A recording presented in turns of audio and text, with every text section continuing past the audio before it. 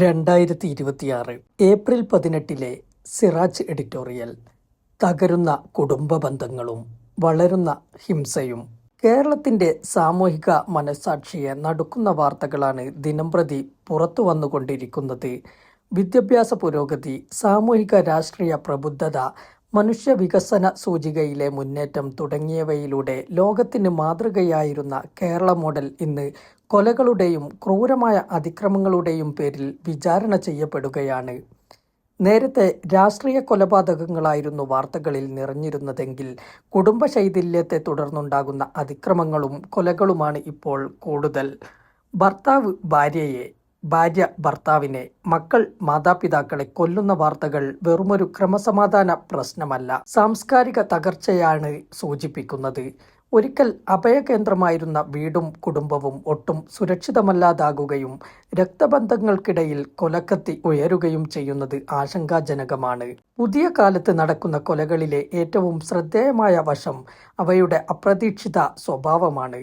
പഴയ കാലത്ത് കാണപ്പെട്ടതുപോലെയുള്ള ആസൂത്രിത കൊലപാതകങ്ങളല്ല ഇന്ന് നടക്കുന്നവയിൽ ഏറെയും, മറിച്ച് പെട്ടെന്ന് പൊട്ടിത്തെറിക്കുന്ന വികാരങ്ങളെ തുടർന്ന് സംഭവിക്കുന്ന കൊലകളും അക്രമങ്ങളുമാണ് കൂടുതൽ. ചെറിയ സാമ്പത്തിക തർക്കങ്ങളും സംശയങ്ങളും നൈമിഷികമായ കോപങ്ങളുമെല്ലാമാണ് ജീവനുകൾ നഷ്ടപ്പെടുന്നതിൽ കലാശിക്കുന്നത്.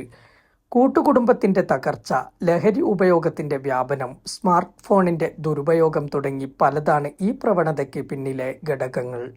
കൂട്ടുകുടുംബത്തിൽ നിന്ന് അണുകുടുംബത്തിലേക്കുള്ള മാറ്റം വ്യക്തികൾക്ക് കൂടുതൽ സ്വാതന്ത്ര്യം നൽകിയെങ്കിലും പ്രതിസന്ധി ഘട്ടങ്ങളിൽ താങ്ങായിരുന്ന സാമൂഹിക രക്ഷാകവചം ഇല്ലാതാക്കി. കൂട്ടുകുടുംബ വ്യവസ്ഥ നിലനിന്നിരുന്ന കാലത്ത് കുടുംബത്തിൽ ഭിന്നതയും തർക്കവും ഉടലെടുത്താൽ മുതിർന്ന അംഗങ്ങളും ബന്ധുക്കളും ഇടപെട്ട് പരിഹരിക്കുമായിരുന്നു. അണുകുടുംബങ്ങളിൽ തർക്കപരിഹാരത്തിന് മുതിർന്നവരുടെ ഇടപെടൽ ഇല്ലാതെ അത് സ്ഫോടനാത്മകമാവുകയാണ്. ഈ മാറ്റത്തിനൊപ്പം അമിത സ്വാർത്ഥതയും അസഹിഷ്ണുതയും ചേരുമ്പോൾ പ്രിയപ്പെട്ടവർ പോലും ശത്രുക്കളായും ചെറിയ പ്രശ്നങ്ങൾ പോലും വലിയ പകയായും മാറുന്നു. മദ്യത്തിൽ നിന്ന് ഏറെ മുന്നോട്ട് പോയി സിന്തറ്റിക് ഡ്രഗുകളിലേക്കും മാരകമായ മറ്റു മയക്കുമരുന്നുകളിലേക്കും എത്തിക്കഴിഞ്ഞു കേരളത്തിലെ യുവതലമുറ. ലഹരി വസ്തുക്കൾ വ്യക്തികളുടെ വിവേചന ബുദ്ധി നശിപ്പിക്കുകയും വികാരങ്ങളെ നിയന്ത്രിക്കാനുള്ള ശേഷി കുറയ്ക്കുകയും ചെയ്യുന്നു. മക്കൾ മാതാപിതാക്കളെ ആക്രമിക്കുന്ന മിക്ക കേസുകളിലും ലഹരി മരുന്നുകളുടെ സാന്നിധ്യമാണ് പോലീസ് കണ്ടെത്തിയത്.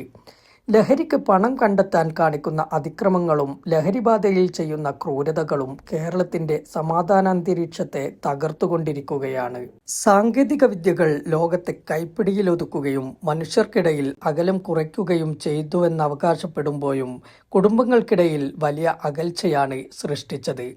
സ്മാർട്ട് ഫോണുകളുടെ അമിത ഉപയോഗവും സോഷ്യൽ മീഡിയയിലെ ചതിക്കുഴികളും ദമ്പതികൾക്കിടയിൽ അവിശ്വാസവും സന്ദേഹങ്ങളും സൃഷ്ടിക്കുന്നു. ഇത് പലപ്പോഴും ദാരുണ അന്ത്യത്തിലാണ് കലാശിക്കുന്നത്. വെർച്വൽ ലോകത്തെ ബന്ധങ്ങൾക്ക് വേണ്ടി യഥാർത്ഥ ബന്ധങ്ങളെ ബലി കഴിക്കുന്ന പ്രവണത ഗൗരവത്തോടെ കാണേണ്ടതുണ്ട്. വിവാഹേതര ബന്ധങ്ങളുടെ വർധനവാണ് കുടുംബ ശൈഥില്യത്തിനും അക്രമങ്ങൾക്കും മറ്റൊരു കാരണം. ദമ്പതികൾക്കിടയിൽ ഒരാളുടെ പരലൈംഗിക ബന്ധം ജീവിത പങ്കാളിയിൽ കടുത്ത മാനസികാഘാതം സൃഷ്ടിക്കുക സ്വാഭാവികം. ഇത് പലപ്പോഴും പ്രതികാര ബുദ്ധിയോടെയുള്ള അക്രമത്തിനിടയാക്കുന്നു. അടുത്തിടെ കേരളത്തിൽ നടന്ന പല കൊലപാതകങ്ങൾക്ക് പിന്നിലും ജീവിത പങ്കാളിയുടെ അവിഹിത ബന്ധമാണെന്ന് പോലീസ് അന്വേഷണത്തിൽ വ്യക്തമാക്കിയിട്ടുണ്ട്. ഇന്ത്യൻ ശിക്ഷാ നിയമത്തിലെ 497 വകുപ്പ് റദ്ദാക്കുക വഴി അവിഹിത ബന്ധം, വ്യഭിചാരം കുറ്റകരമല്ലാതാക്കിയ 2018 സുപ്രീം കോടതി വിധിക്ക് വലിയ പങ്കുണ്ട് വിവാഹേതര ബന്ധങ്ങളുടെ വർധനവിൽ. ശിക്ഷ ലഭിക്കില്ലെന്ന ബോധം ഇത്തരം ബന്ധങ്ങളിൽ ഏർപ്പെടുന്നവർക്ക് പ്രചോദനമായി മാറുകയാണ്. കേരളം കൊലപാതക സംസ്കാരത്തിലേക്ക് കൂപ്പുകുത്തുന്നത് വേദനാജനകമാണ്. കുടുംബമെന്ന സുരക്ഷിത കേന്ദ്രം വീണ്ടെടുക്കാൻ ഊർജിത ശ്രമങ്ങൾ വേണ്ടതുണ്ട്.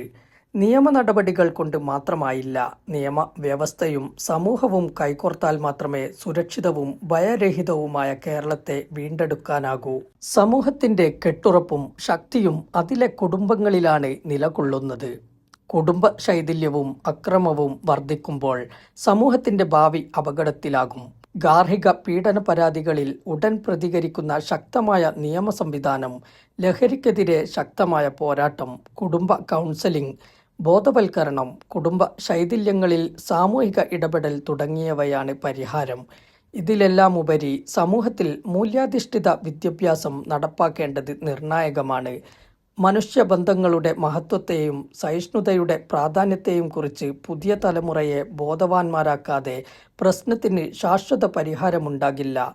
സഹിഷ്ണുത, പരസ്പര ബഹുമാനം, ക്രോധ നിയന്ത്രണം തുടങ്ങിയവ ഇല്ലാതാകുമ്പോൾ കുടുംബവും സമൂഹവും ജീർണിതമാകും.